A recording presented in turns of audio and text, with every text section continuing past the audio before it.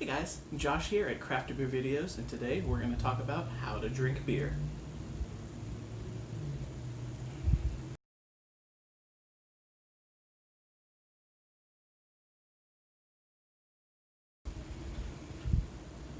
So there are many different reasons why you would drink beer.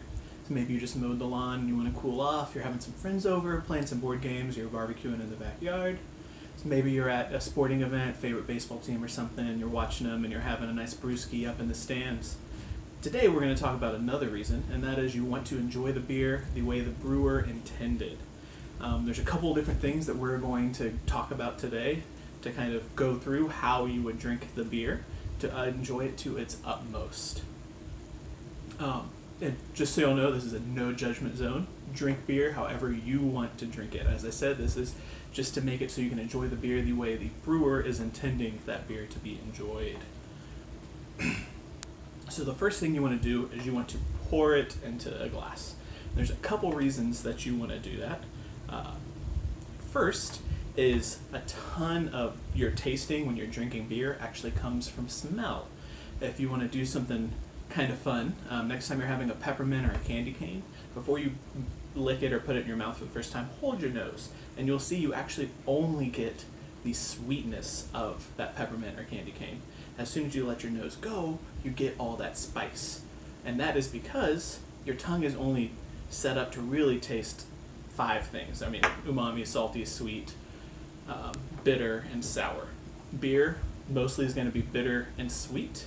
You can get sour depending on what you're having. And I've had umami in beer, and that was a beer that was not good. It was not supposed to have umami. We let it sit in the fridge a little too long.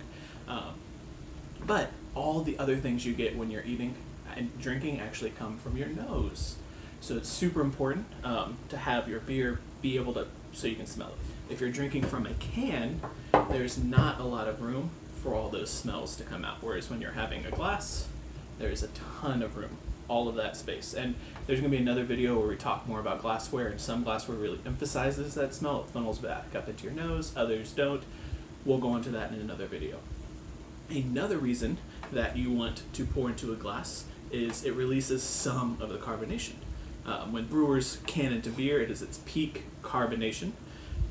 As you pour it out, you're going to release some of that carbonation. Now here is a really cool experiment to kind of show how much of that carbonation is released when you pour into a glass. So what I have here are 2 beers that have been in my fridge a little too long, so this is going to be a good use to make them not go to waste. I'm going to pour one fairly hard, kind of like how I would normally pour. You'll see I'll get quite a bit ahead. The other one I'm going to pour as slow as possible, and then I'm going to dip some paper towels into those 2 glasses to provide nucleation points. What this will show is that how much carbonation goes into your stomach when you're drinking either straight from the can or you try to get that perfect pour where you have absolutely no head. So this one is going to be my slow pour. You can see I'm pouring super slow, hardly releasing any carbonation into the glass, which some people, they think that's what they like, but this is how you get super bloated from drinking beer.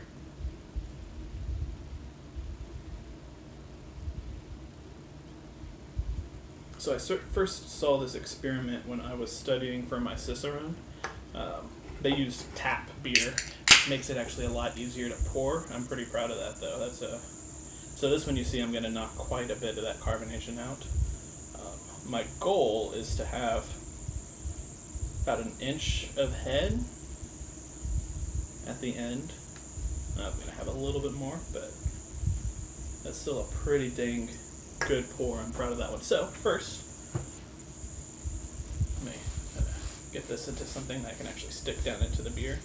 I'm going to do on the one that I poured fairly hard. I mean, I could have poured much harder, but see, I'm releasing quite a bit of carbonation, you can see, but a lot of it had already been released. Now I'm going to do that same thing on the slow pour.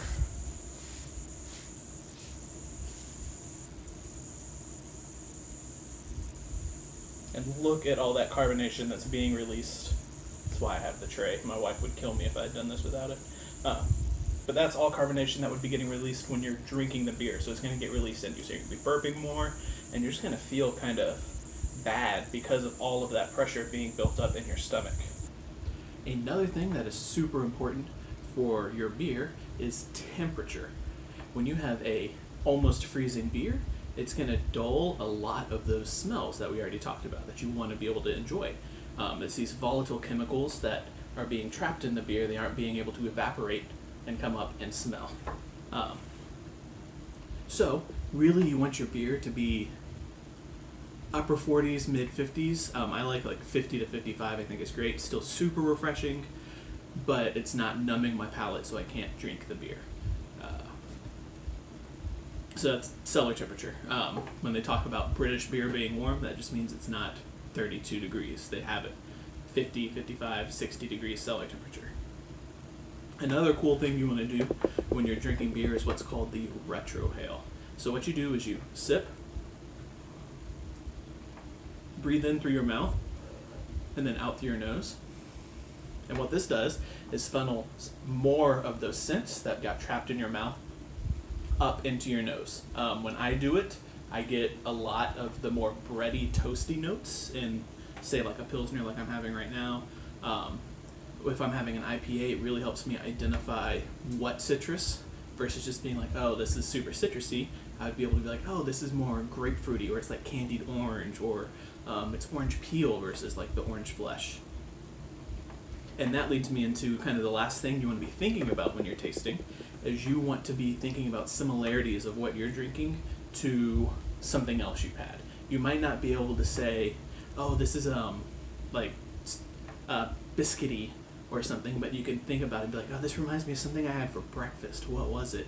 And then you kind of start leading yourself to that biscuity malt. Or could lead you to just orange juice. You think orange juice. That's how you start identifying what flavors you're actually tasting. So, that is the end of our first video. Thank you for tuning in. Don't forget to subscribe to my channel so you can see what our next video is. If you have any questions, please put them down in the comments, and at some point, either I'll add them onto the next video, or if I get enough questions, we'll make a video just answering those questions. And our next video is going to be how to talk about beer that you're now tasting really well. So make sure you've subscribed so you know when I put it out. Thanks for tuning in, and I'll see you all next time.